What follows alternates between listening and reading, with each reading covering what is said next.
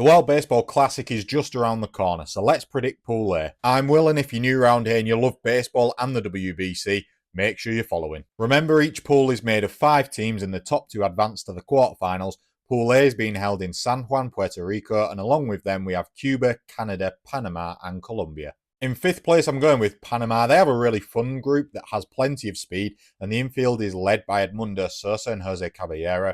Pitching wise, they've got players across the globe, but perhaps lack that sure punch. Another big question is Cardinals DH Ivan Herrera has had trouble securing insurance to play. In 4th spot, I'm going with Cuba, and they would have been a real contender, but there are both political and baseball factors at play.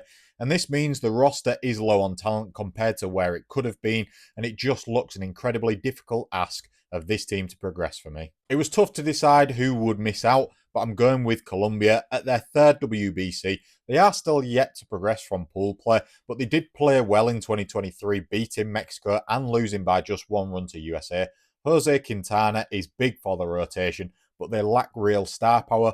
Ultimately, it may come down to their game against Canada. Runners up in Pool A, I am going with Canada. Josh Naylor is coming off an extension after a great 2025 season. Behind him, there is plenty of offensive firepower, but to be a real contender, the pitching depth is perhaps lacking slightly. There's no Freddie Freeman, there's also no Cade Smith, which could harm them in the quarters, but there is more than enough to get out of the group. And the winners of Pool A, I am going with the host Puerto Rico. Nolan Arenado switching to play for the team is big, especially with no Francisco Lindor and Carlos Correa, as both were unable to secure insurance.